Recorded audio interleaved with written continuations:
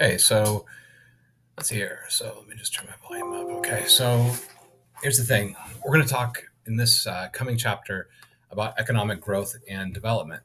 And so the very interesting thing that you should have sort of gotten so far is that, first off, we start off talking about GDP, gross domestic product.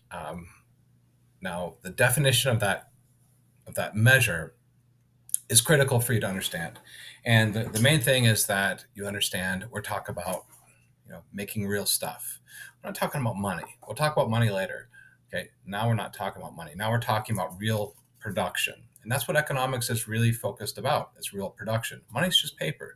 But look around you. Everything you see, everything around you, everything you touch, all the services and products that you interact with on your daily life, those had to be produced. And so that's what we're centering our entire discussion about. And what that first chapter was really about was trying to get you to understand the measurement of gross domestic product. Okay.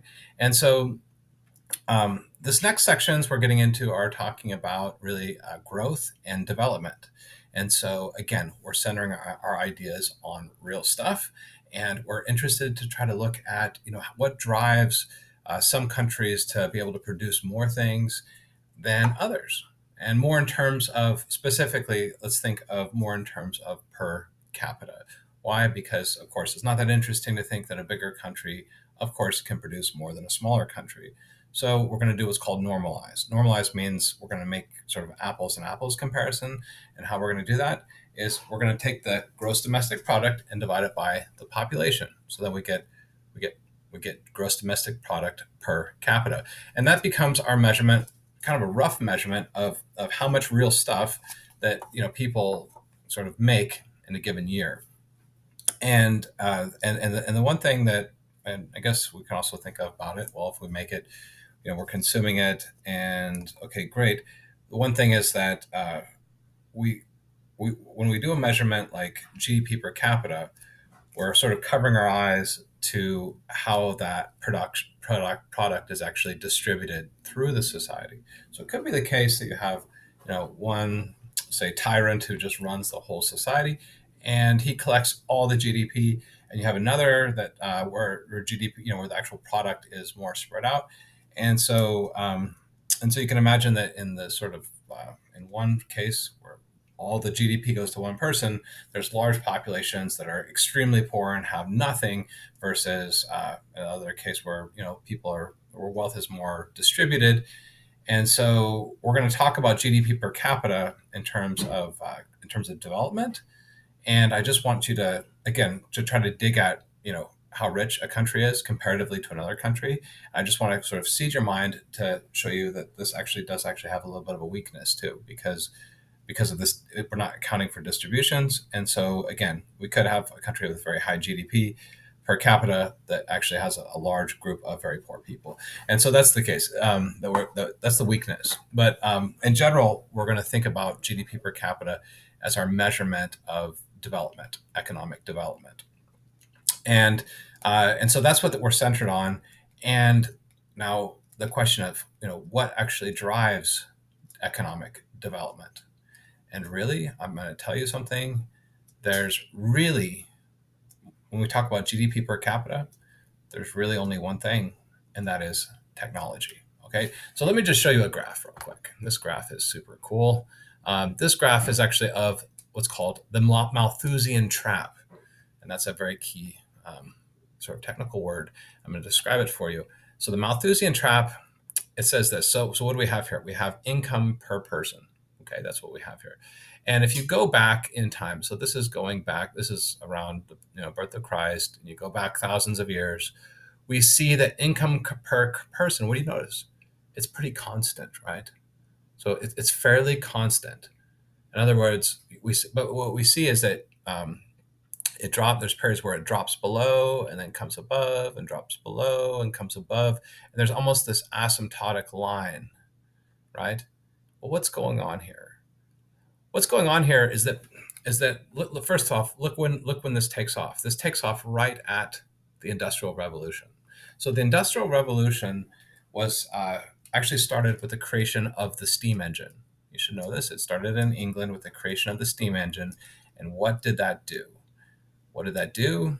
that created a mechanized, scalable power. Okay, mechanical power, rotary power that we could then transfer from engines into all kinds of machines and create machines that replicate the work of humans, albeit many times faster. Okay, so that was what you call a productivity gain, and it started with the steam engine. But prior to that, all productivity was really very strictly tied to how many people you have. So if you wanted to produce more, yeah, you could grow your population, they could work more, but everybody pretty much just had their hands to work, and you didn't have this sort of modern machine that could have horsepower instead of people power. And so what happened was there was sort of this Malthusian trap idea is that there is sort of this capacity, this like holding capacity for the society where, this is basically, you could think about it like in terms of food. Okay. Like if the society can produce this bar level line of food, right? Well, per person, then if you're below that level, so if we're right here, what does that mean? That means we're below our capacity. It means that actually we're at a time of plenty. So that means that you could actually, if you're at a time of plenty, what happens? Populations, they're at plenty, so they breed more, and we get productions rising, and also we run up past this capacity, and there's a point where all of a sudden the society can't sustain and it crashes, and you have these periods of famines, and we don't have that in the modern world. Okay, I want to be very clear. Once we hit industrial revolution, the problem of famine as we know it in all of human history ceased to exist. Okay, in the modern world we have escaped the Malthusian trap, and this has allowed us to not worry about mass starvations as of yet. Okay, so it's quite amazing. And what we saw again is a takeoff in GDP, or income per capita. That's another way to think about it. So what's the big deal? What's the big driver? Technology. Okay. Technology itself is what drives economic growth, and everything else. So you got the primary factors of growth, which are technology, and you also have these kind of secondary things that support technology. Okay, you got supporters of technology. So things like institutions. Do you have proper legal institutions? Why does that matter? Well, think about this. Why should I innovate? When you innovate something, you get intellectual property protections, right?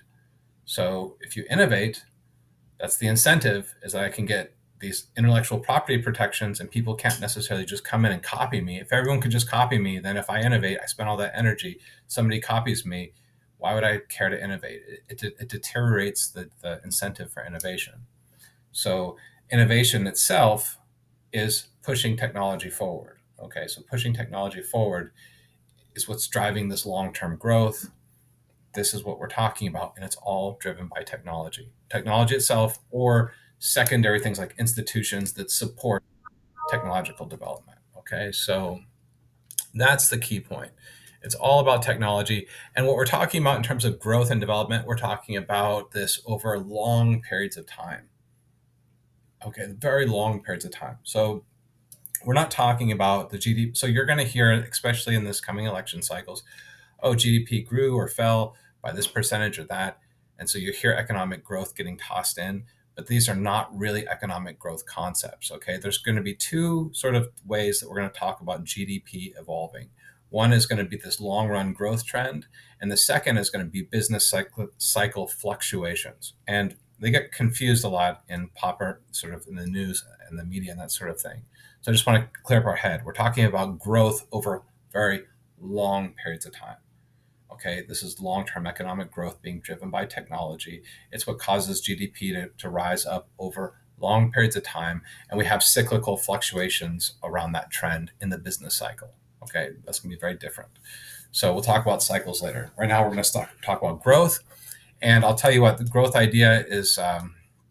This is very much the social science aspect of economics. So just get prepared for that.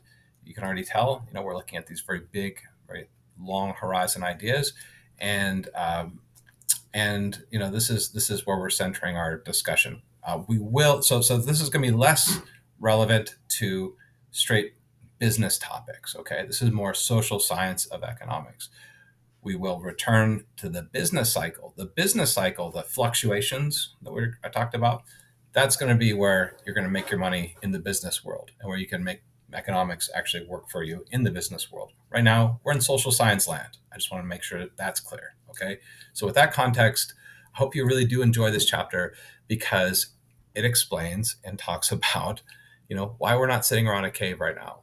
Why we're not just sitting around a fire and, in a very sort of uh, kind of primitive way, and how we escape that, how the human evolved to this modern sense. It's a study of that evolution of human technology.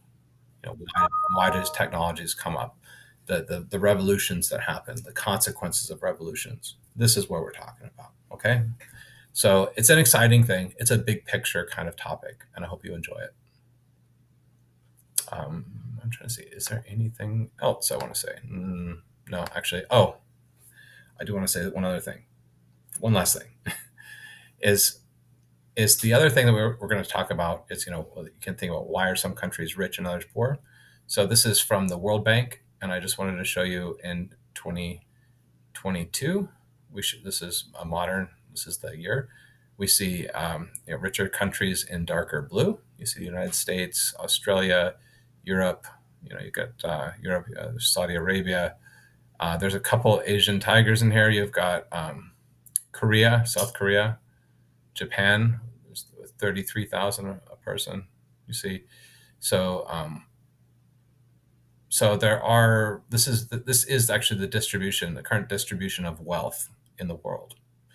And what you see is this sort of Western world that has been very developed. If we go back to 1960, again, we see very similar patterns of development. So if I go back, what is this, 60 years?